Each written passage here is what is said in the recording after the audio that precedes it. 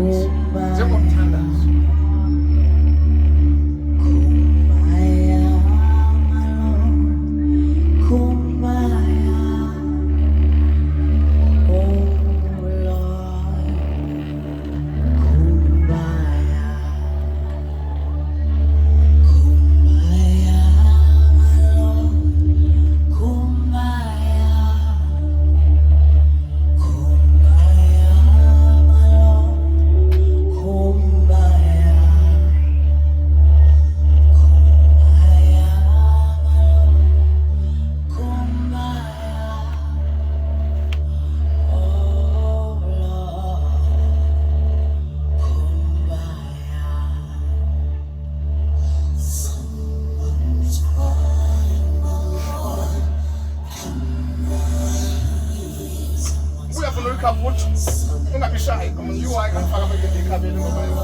Minister are different right now. My tears. Yes. Yeah, doing something. Oh.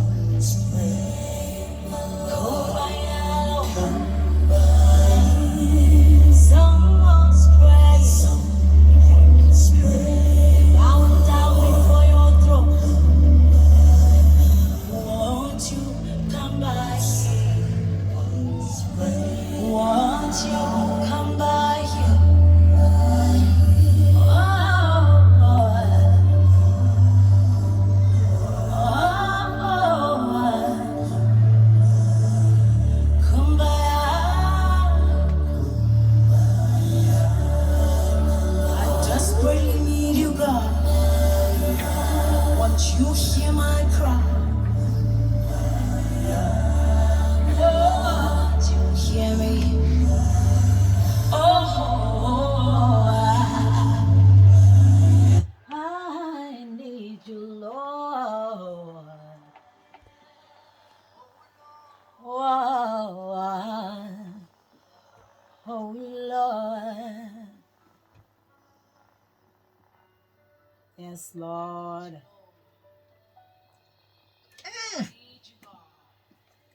Nakunyanzelekile into yobana siqale ngolo hlobo ukwenzela into yobana siyivule silungise indlela yethu bheka Come phambili. on. Kumbaya. Siyanqina noyiphazamisa. Anifuna uyiphazamisa.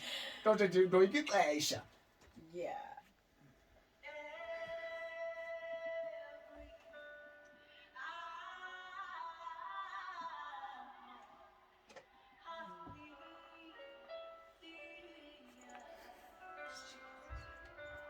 Oh, bless me now, my Savior.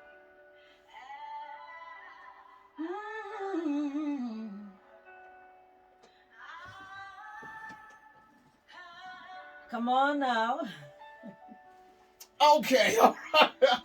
Mphulaphula ekhaya siyakwamkela kwesinye isiqendu sethu somtobeleni FM podcast esifumanekayo rhoqo ngolwesihlanu phana ngentsimbi yeshumi enesibini emini amagqanti igama lam ndingu-Amaza Ntshanga undondo lethu namhlanje ndasekhaya mfundi besimazi kakhulu nasimthanda njengendlela eyodwa engenambaliso ubusi Radebe siyakwamkela lapha kumhlobo kunjani namhlanje mama? Ndiphilile akho nto man bhutini. All is well. Bengiqoma ndinexhelo uba side siyibambe laa ngoma sizawuphela siqala icawa. Yeah.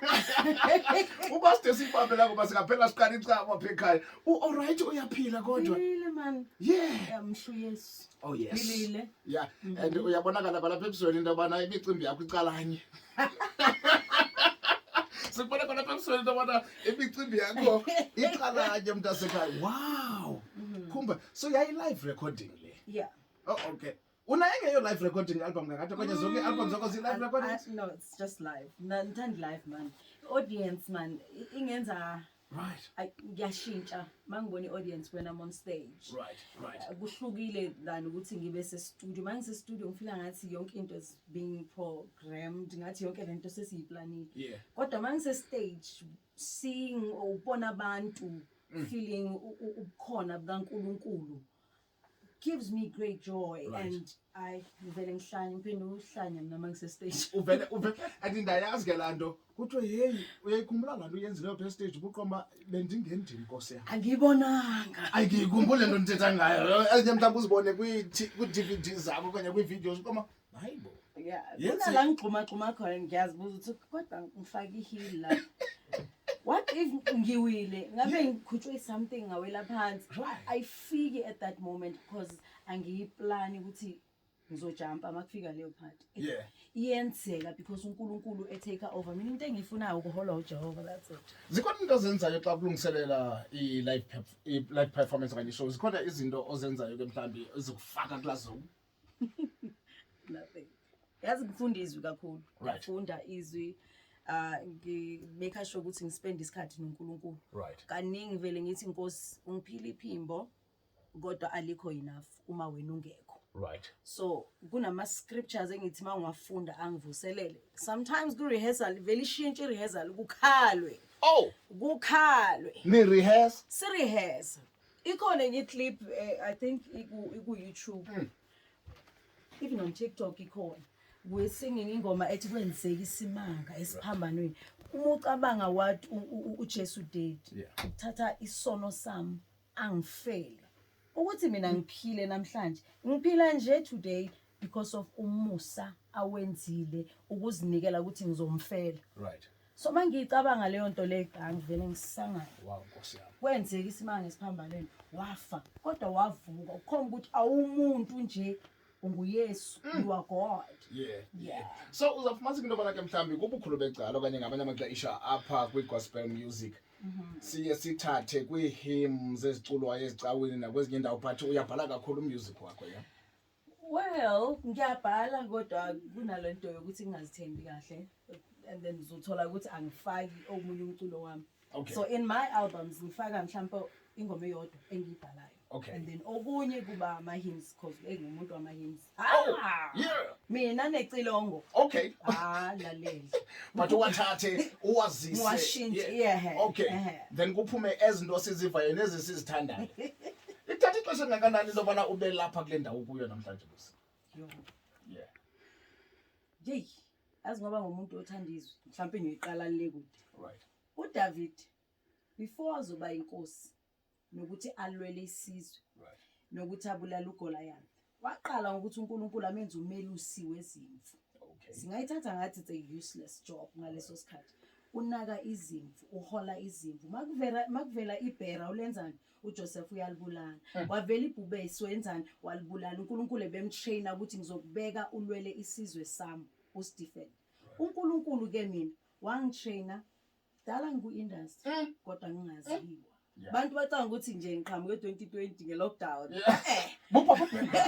Background, I've been doing baking for Ubabsoli Mahlangu since 2011, 2012. Yes. Ubungena 16 nango 2012. Ngina 26. Okay. So, ngihleli lapho ngiyafunda kuBaba Mahlangu. How to worship God. Ukuthi mawungena estage uyazinikela konke, ubeka konke esayidini ufocusa uNkulunkulu. So it was more like uNkulunkulu ebengitraina ngaleso sikhathi. Even the struggles engibe nazo going to my auditions, ngifail ekuthiwa ayikho lento akwazi ukucula. Ama auditions eBVs background. No, amakhwaya. Oh. Yeah. Ngitshelwe kahle ukuthi ayivumi le. Okay, what reject auditions? Ubusi khande. Ngirejective kaningi kodwa uNkulunkulu ebengiprepare ukuthi nawo ngizokubeka la under uSoli Mahlangu ukuthi ufunde indumiso ukuthi yenziwa kanjani. So I was being trained, ngiprepariwa for such a time as this one. Right. So that's why bengibukisa ngendaba kaDavid ukuthi he had to be trained before ezobekwa kulesi sihlalo uNkulunkulu amlungiselele so. Kwami ngitrain ngibhekile uTakindo. Yeah. Ngimbhekile uSisizaza. Spirit of Praise 7. Yeah. Spirit of Praise 7. Futhi ngivela kakhulu nje lapha but yeah. Can ngikuxhalabise lando because uzafumaniseka into abana mhlambi abantu abaqale as i-BVs or i-backing vocalists, right? Kuba nzima xa bedecide into abana mababe kwi-forefront. But khange ube nexhala mhlambi wena into abana okanye uze ngokuzithemba. Bengingazithembanga. Futhi ngangingenayo i-confidence. Right. Umyeni wami lapho wangisiza. Wangiphusha ukuthi you said ufuna ukucula. Right. Uzocula. Utheke imusindisiwe. Mina ngisindiswanga kodwa wena umthemba uNkulunkulu lo ngaphakathi kwakho. Hayibo. Kanti operator njani? Chaza lento yakho. Umthemba uNkulunkulu. Ye stage minister umthemba uNkulunkulu ukuthi uzoba nawe. Right. And uNkulunkulu usivezile ukuthi nangoku. Yeah. Eyona ndawo bendikubekele yona apha kuyo yonke lento mntanami. Yeah. Yiyo le. Okay. So, exesha sikhulayo ekhaya, right? Yeah. Uthi usindisiwe ngocacile bomntana ecawa into asekhaya le? Yeah. Sikhulele ecaweni vele. Ecaweni. Okokoko wacula. Umama uthi the day before I was born on the 15th of March 1987. Yeah. Why ecaweni nayo? She went to church. As 12. Yeah. A day before. A day before. Abantu bakudala kanjani? So, yabona ukuthi lento iqala nini? Yeah. Ngisesesiswini ngiya enkonzweni just before I was born. And then the following day. Ngiyazana. Walibona ilanga. Ngiyalibona. So kahle into yakho yaqala ecaweni. Iqala khona ngikhulele enkonzweni ekhaya sasihlupheka. Into ekade isiza kwakuwumculo nokufunda izwi. Sasicula. Xa sithi siba ngapha ekhaya? 6. Ongwesingaphi? 6. Kuntondo torhwana ngokugqibela kuntondo. So ngwethu ucula kanye nabanye bayacula? Siyacula sonke ekhaya. It's just yimi ngedwa oyithethe wayibeka kule level ekini. Sonke ekhaya siyacula. Usisi wami umdala kade efundisa iSunday school. Uyahlala ngithethisa. Busicula kahle. Lungisa ivoice, iphimbo lakho kumele libe kanje. Yeah. Kodwa bengingazi ukuthi ngiyatrainwa la. Uthi ulungisa iphimbo lami but liphe lakho. Dayana lana wasibabhizwa ulungisa iphimbo lami liphi elakhe. So uqeqeshwa zange uqeqeshwe like formally uhamba uye ezikolweni naphi nabo uqeqeshwa nje mhlambe apha kwikwaya nasekhaya nasecaweni. Ecaweni ekhaya I tried ukungena kwi-arts campus but because of imali yayingavuli. Mina ngangihlupheka into exakile. Bekuphi ekhaya ukhulele? Ngikhulele eSoshanguve. eSoshanguve, right. So kwakunzima so ngagcina nje ngifocus kuma productions wase State Theatre, kwenza ama opera. I had a vocal coach ngo 2008 until 2010. Right. So kudala wa decide into bana in fact into ngifuna ukuyenza ile. Yeah. And then move kwakho eSocials. Maybe it's Socials, right? Socials. Yeah. Exesha u decide move eSocials bekunini? Ngisuke eSocial 2020. Oh. Yeah. Actually no. Ngisuke 2018 mangivela eCenturion. All right. And then ngasuka 2020 sengiyoganwa ke manje. Ngishadela eRustenburg. Oh. Yeah. So exesha move ngo 2018 uzama ukuphusha lento yakho your music because ama gigs amane uzothola ukuthi angapha eGauteng la eJoburg. And ibingenza ukuthi ke manje kumele ngisuke ekhaya ngabo 4 ekseni. It's not safe. Ikasi ku dangerous nje. Yeah, of course, yeah. So I ended up ngisuka ngizohlala eCenturion so that ngibe seduzane nomsebenzi. Yeah. No avoid ukulala ku McDonald's. Ngangilala eMcD. Aba bavula 24 hours. Yeah. Isitori sakho sinzima.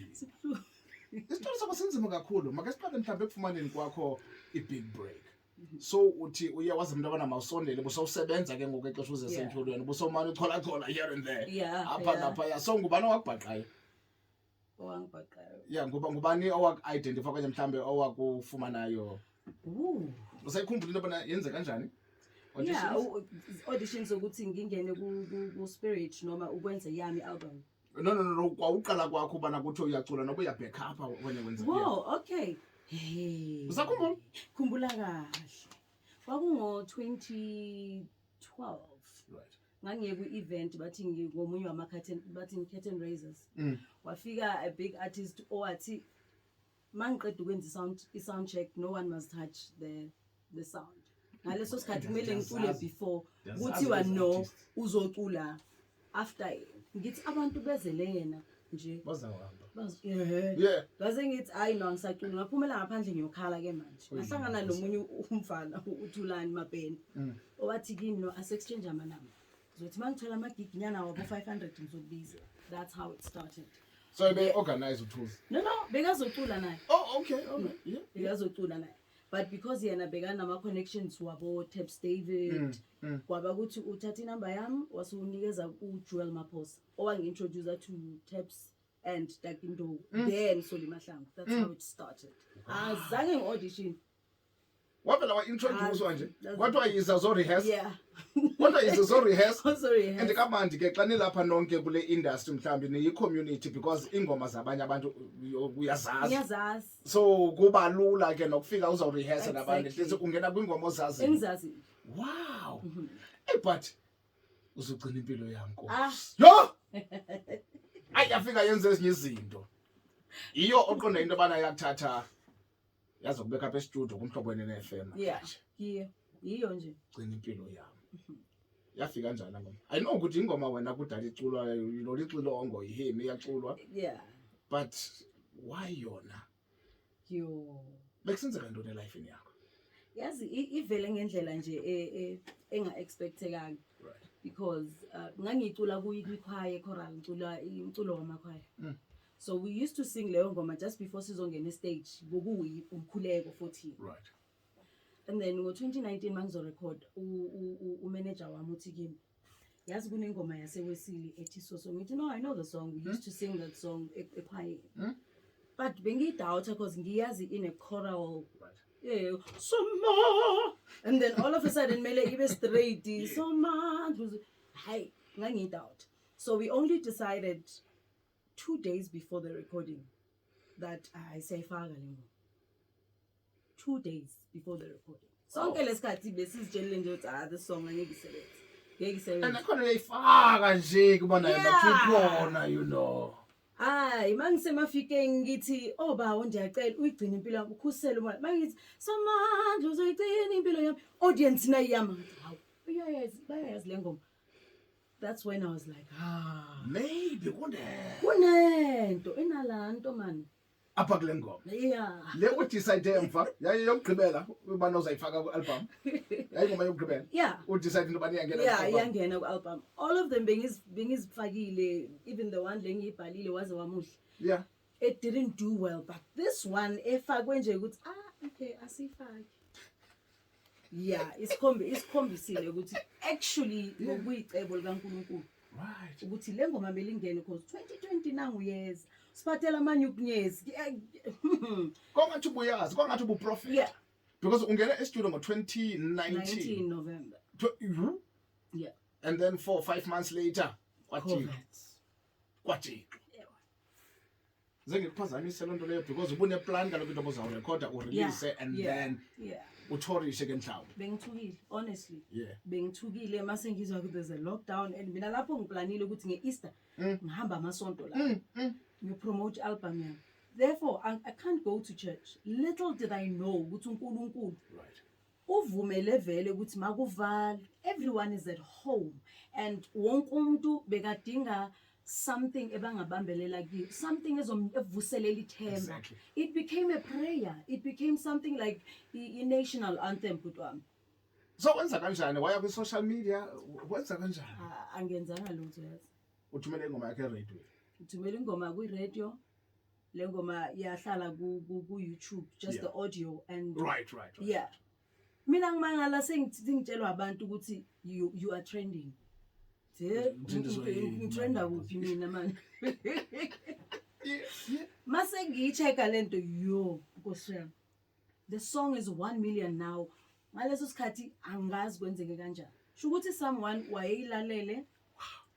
Yithi ndifuna ijonga. Kakubalisela bathi ndifuna ijonga into yobana ngoku-views zakho. Ha! My Jesus. Hayi, nandoyika. Yonakala ke manje. Uzugcine. Wow, uzugcine. Ndifuna ujonga ezi views uba zingaphi ngoku. I think it's 8 million or something. What? I think, I'm not sure. Let me check. But wow. It's a check. ingoma engene emva nakwi-album. Yeah. Oh, all right. So ngexesha 10 million views. hallelujah. Hallelujah. 10 million views. Jesus. Ivideo it's yakho. true. Wow. Yeah. So into ethenda abantu bayamkela kakhulu, yeah. Yeah. Abantu bayithanda. Yeah. And mhlawumbe zeziphi ezinye izinto oqonda into ziyezancedisa because iphume ngexesha elinzima kakhulu le ngoma. Zange kube nazo za live shows apha kuma-Facebook. No. Next. No. Azange. But ayinto neyakugcina Bucy into yobana mawuqhubekeke because uthe ufika kanye xa uphethe your first baby, your first born, yakho kwavalwa. You know, zeziphi ezinye izinto zazikunika ithemba zezokuhlala sethembeni? Ukubona lawo ma-video wabantu. Okay. Yeah, and umhlophe umlungu umuntu omnyama ma-videos akade trenda uyigcina impilo yami ngayifila leyo nto ukuthi siyofika isikhathi la ukuthi kumele ngisebenze and labantu they are promoting me. uNkulunkulu usebenzisa bona ukuthi bapromote umculo wami. Ayikho enye into mina bengiyenza. I was only depending on the Lord ukuthi I know you will make a way. If ukwazile ukuthi uyenze le ngoma ibe so big. Yeah. Idlalwa kuma taxi rank, idlalwa kuma tavern. Just it's not everyone. And then i-collabo kunye no DJ Cleo. No DJ wangena xhala into yobana ngoba me-gospel DJ Cleo. Because naye azilando kukhona ke ezinye artists esho into yobana andifuna ukuyidilutha man, you know, andifuna ukuyidilutha because ingoma yami e-gospel, you know. So zange ube naxhala kuba no-approach omnye. Ucleo. Okay. ungidmile on Twitter. Oh. Yeah, uthi no. Zange uthuke. Benisazana kakade? No. Never. Ngangi-excited ngithuki eqaleni ngambuza ngathi ukuthi DJ Cleo. Yeah, uwe wempela noma this is a catfish. Yeah. But uye wempela. I was actually excited. Ama nerves mangiyohlangana naye for the first time ngithi Nkosi yami. This is a legend phela. So utshilo kwe wathi mamela Bucy ekunale ngoma yakho. Yeah. But bengifuna nje ukufaka ubuCleo nyana. Yeah. Sifaka nje lento yamapiano nje kuphela ukuthi. Right. Yeah. And then I want to know man can yive eqala. Okay, you were like Cleo, whatever you want to do. Bengimthemba. Okay. Ngiye ngaleyo nto ukuthi no, isezandleni zika Cleo. Oh, okay. Yeah, no, izophuma right. And then we went to studio, we did the things. It's a shooting music video the whole day. So it yeah. Yaphinda yenye nje nyaka. So njengoba okay obviously ubuyiyoyifenga DJ Cleo. But ekukhuleni kwakho you know, bakhona ke mhlambe apha kwa gospel abantu oqonda into bana baye banegalelo kakho. Yazi kukhona abantu enqonda into bana bayithunukile lento. Not up at radio when Moses Kule is mamela abantu. Exactly. Baningi. Yeah. Baningi. Apha ekhaya. Apha ekhaya. Oh, all right. Yeah. Vuyo Mkwena, I love Vuyo Mkwena. Hence now, mawungalalela umuha ubonala ngithi che. For me now, Vuyo did something to me ngomculo wakhe. Also but ngelisho zakube nalo ithamsanqa lodibana naye. Hey. Until ngokusebenza. But ke wayesho wini kaVuyo Mkwena mhlambi maybe. Ongibala ku Joyous. I used to attend ama shows with Joyous. A lot. Okay, all right. Yeah. Omunye umuntu ubana. Mamrebek. Yes. I'm a huge fan. Yeah, well.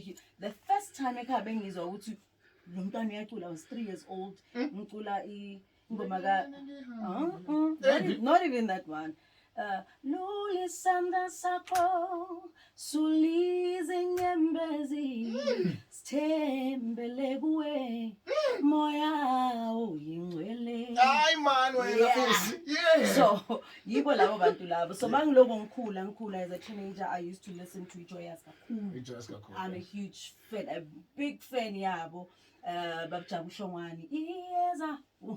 I love that. Usala shows up. Mangena gigs I go. Oh, okay. Ixesha likhona. Yeah, mangena gigs I just go and attend ama shows wabo. I love Sis Lewis Hobby. Oh. And she knows that. Bekena demand. Yeah, a lot. Niyazana. Siyaxoxa na ku WhatsApp. Oh, na ku WhatsApp. No, so but singabona mhlawumbe ngenye imini collabo. I am praying. Okay. Yeah. Ukuthi iyenzeke leyo nto. Leyo collabo. Ngiyajabulela kakhulu. Ngizobe ngifila ukuthi I've made it. Mama, I made it. But ubakhetha njani abantu ofuna ucollaborate nabo? okanye mhlawumbe xa ixesha li-right livele izenzekele yenze kanjani? Well, I'm a collab as from my side. Acelwa yimi. I always look for umuntu inspiring. Right. This time ngifeature ubab Jabshongwane. It's because njengoba ngisho ngithi inspiring a lot. Umculo wakhe uyakhuluma too much. So ngisebenzile nobab Jabshongwane. So ngidrive le nto ukuthi influencile kakhulu. Yeah. I love Bucy.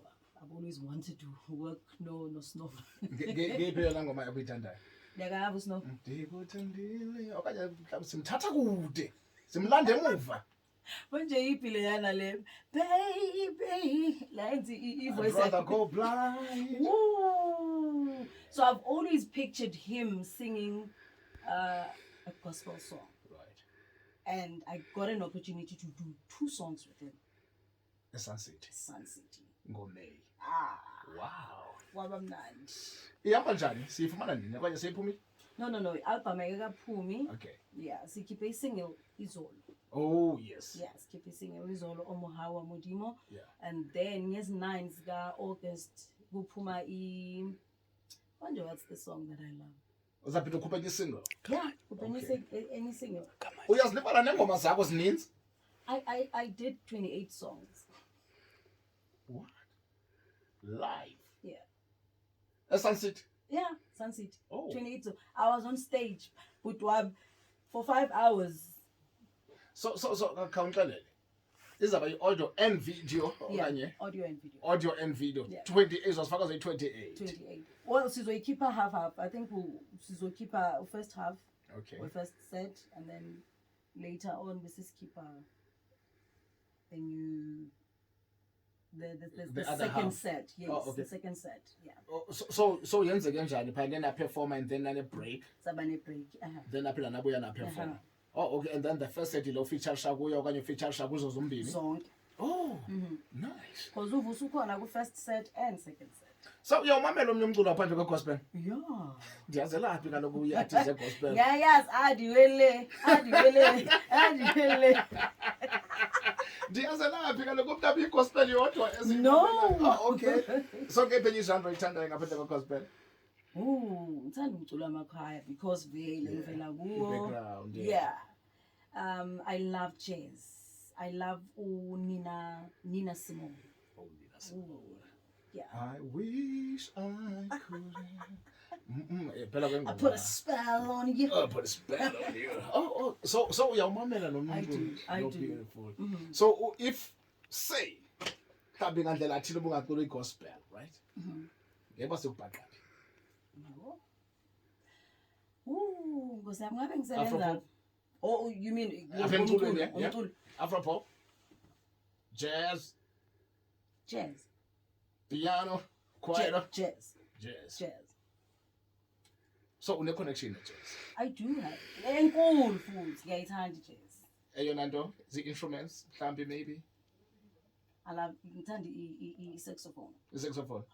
Ngephi okwazi uyidlala une-instrument? Dololo. Lutho. Kodwa ngiyayithanda i-instrument. Ngephi obawela ukuyifunda? Bangafunda i-saxophone and a bass. Ngithanda i-bass. Bass guitar. A bass guitar. Oh, okay. Mna ke wena umculo ke ndiyawumamela ndiyawuthanda but andikho involved emculweni. Okay. And nento kufamba i-gospel ihamba kakhulu nee-keys. Ihamba kakhulu ne-piano, Yeah. i-organ. Yeah. But wena uthandela i-bass guitar. I-bass guitar vele ngenzele nje enye into. I-bass guitar and drums on stage. Kunala nje uzongithola ngathi yeah. Oh, ilikuthumayo asestagini. Yeah. Iyaqhuba ithi masiye. Yeah. So mase kufika kwisikhathi se-worship ngithanda i-saxophone. Inalanto man that makes you wanna bow down. Yeah. Uzinikele. Uthi kuyo yonke le. Yeah. And ndakubona ngumuntu ethanda kakhulu i-live performance. Uyasithanda kakhulu i-stage. Inoba ubufrats, inoba uyilonto i-frustrated ngexesha le-COVID ukuthi akunawuperformanywa. Bengiphefoma endlini yami net akuna-audience. Uperformela ifamily. Yeah. Masakha uyarasa Bucy. Mangivakashe ekhaya uyarasa because bengikhumbula i-stage.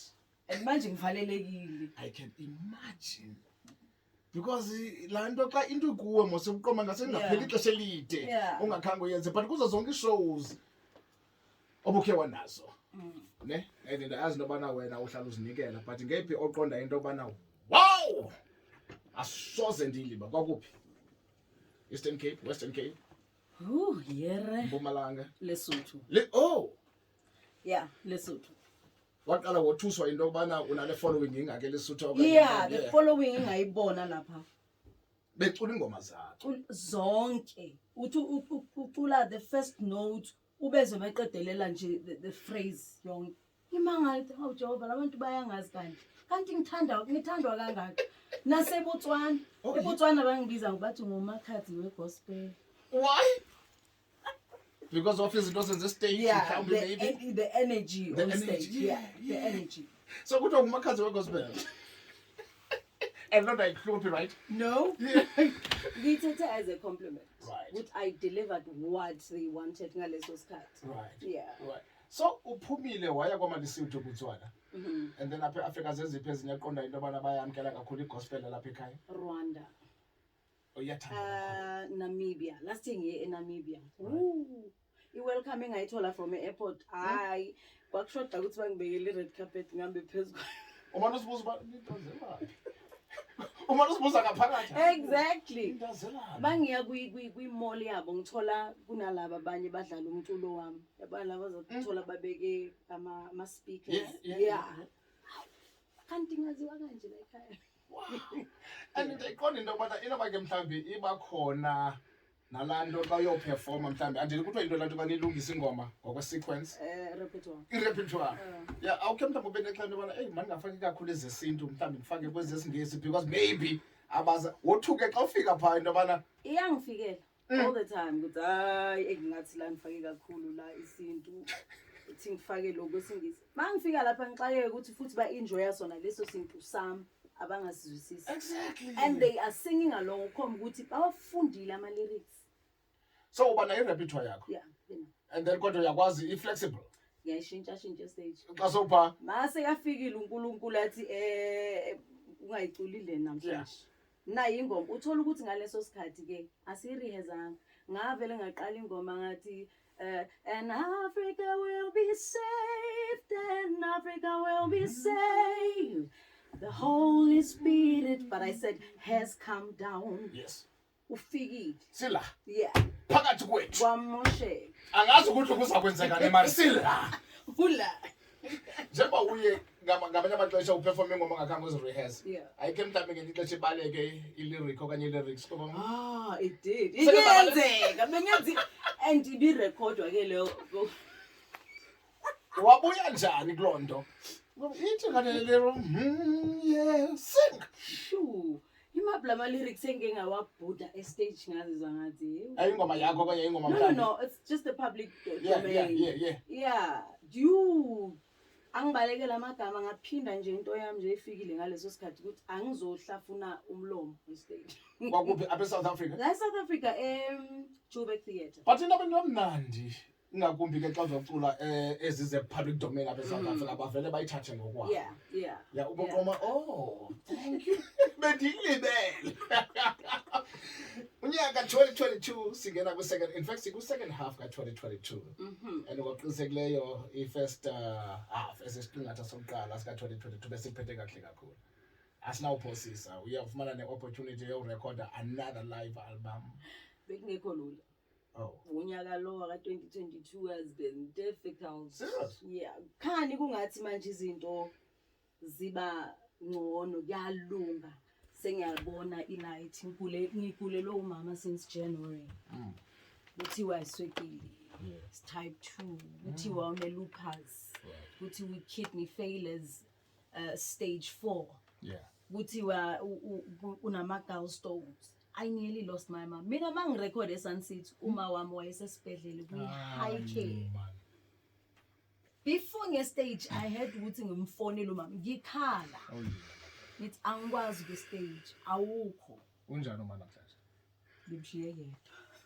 Busho ukuthi usendlini uright. uyedwa uyazenzela into Uyazenzela. Uyavuka yenza ukudla. so xa usiya kwezi shows ukhona ifamily yakho ebekhona mangirecorda kaningi Yeah. ngiyafuna vele ukuthi ifamily yami ibe khona. Because Pillar yami. right. That's my support structure. Right. Yiba abantu ukuthi before nge-stage sizohlala and pray together. Yeah. Yeah. Naxa kukho into ezithethekayo ngawe.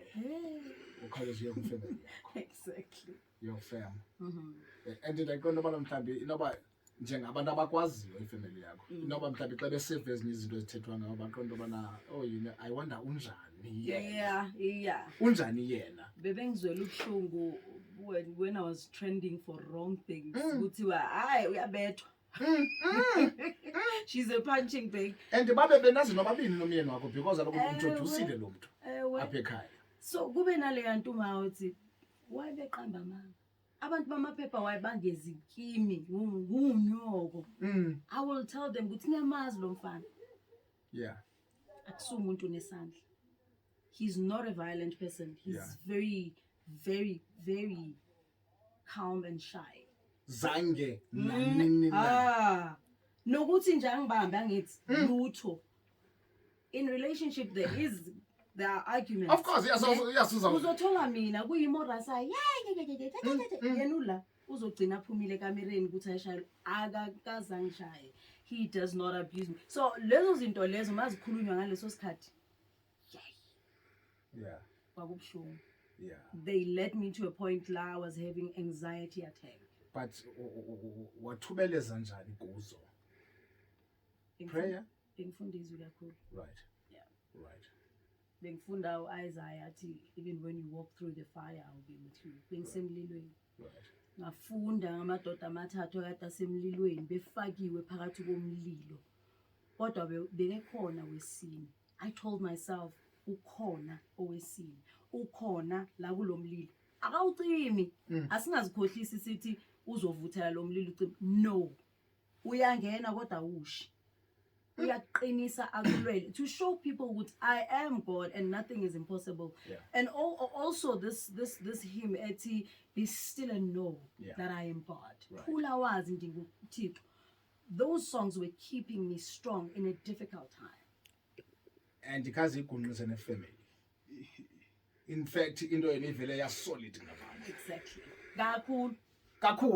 Ngoba bebecifa ngabona bayayidinga. Hey kwathiwa ayiphume le gold digger kulo mshado. Ubizwa ngamagama. Yeah, kutwa kwakuraf. Kuthiwa ngiyigold digger thank you Nkosi yami. Nale ndoda yami ayinayo nale mali bamnika. Dinga ntoni? But we received the money. Well, but sekubathi into bana ngoku uyayincokola uyayihleka lonto. Khona manje yes I can laugh. At that time ngangikhala. Oh yena madoda. Yeah, kwaqala into bana ke kuphume izinto ezinegative ngawe emaphepheni. Yeah, kwaqala. Yeah.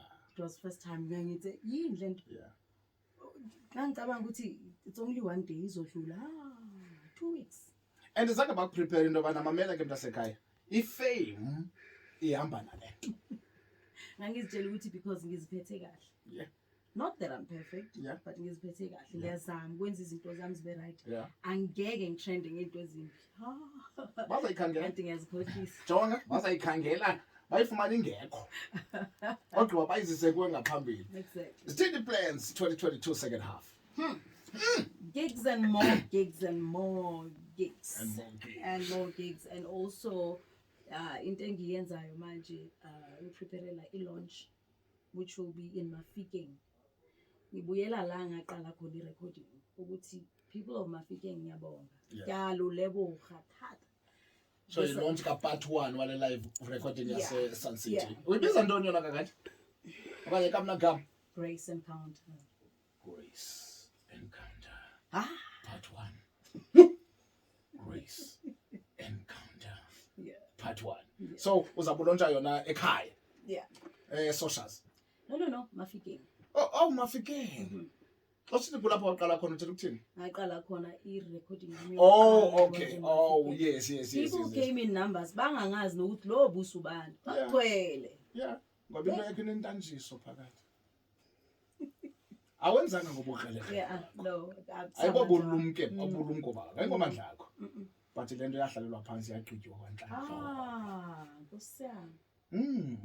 Ibanjalo. So singalindela before unyaka uphele le launch kunye ne-album no part 2 zabakhupha bobabini kwalapha lo nyaka. All right. All of them. I think December, last week of November, Sikipa the 2nd. Last week November. Yeah. Oh, speak Christmas. Inale ngoma ethi ngempela lo inodana, ngempela lo inodana, ngempela lo inodana. Okay, all right. Yes. Part 1. Part 2. Sorry, That's the Christmas one. Le Christmas le. Ewe. Basekhaya sikonqonela lakho konkuhle man. Enkosi kakhulu ngexesha lakho ndiyacela ke xa seyiphumile part 1 uzosiperformela sinento sizibiza live sessions apha ekhaya. Apho uzasiperformela khona for about an hour. So ndiyacela into yobana xa sewulontsile apho ufuna uqala khona emafikeng. Sakuye kuyoqala apho ufuna uqala khona. Basiyacela uzogqitha apha ekhaya. No, ngeza la before. Ungeza na before. Apha kusekhaya. Ungeza na before. Even though isiXhosa sanje I am a Xhosa. Radebe ndikumthimkhulu. Beke ndifuna uyibuza ke lento kaNgelengele kaHlobi umthimkhulu undlebenhle zombili uRadebe. Jesus. Beke ndafuna ukuyibuza qha ndaqomba mhlawumbi ngabarhadi base KZN. Nope. Ngubani uMarhadebe ngumamakho okanye ngumakhulu? Oh utata uMarhadebe. Wow. Mama ngumfukeni. Oh okay. And then utata xa sosumlanda kophi kokwabo. Matatiyela. Oh sweet matete. Okay wayeba? Only nge-performance with Usoli Mahlangu. Wagqitha kokwenu. Zangu yonyathela kokwenu. No. Njani sowubhayana kuyonyathela nje ukuthi ndimi umzukulwane. Angibazi labo bantu kuyafana. Uyothi ngifuna abantu. Uzathi kalonto yintombi kabani ubize utata unyana lo wapho. But ke ngibili. Kodwa ke mntasekhaya inkosi kakhulu khona mosibhala kwi-social media, Instagram, Facebook. Facebook, Bucy Radebe. Instagram is what? Remind me?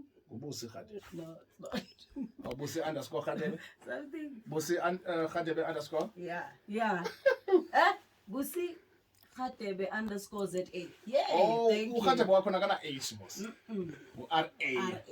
Okay, alright. Mntasekhaya siyafuna manje into yobana xa seyiphumile lo part 1 uzapha ekhaya Yes. asisakwazi nokulinda busithembise ngabantu ngoSeptember. Yeah. September. Nimfile baphulaphuli. Busiqandile sithi ngoSeptember uzobe esibetha nge-live performance apha kuMtobelele. Mntasekhaya thank you. Ngiyabonga ukuthi ungamukela. Nkosi kakhulu nathi siyabulela mani nguBucy Radebe apha kwenye i-podcast yoMtobelele FM sesiqendu sethu azathi sifumane phayana ngoLwesihlanu ngentsimbi ye12 ebenamaqanda. Kuthe kube ngoko ke bantu ixesha elimnandi. Bye. Bye.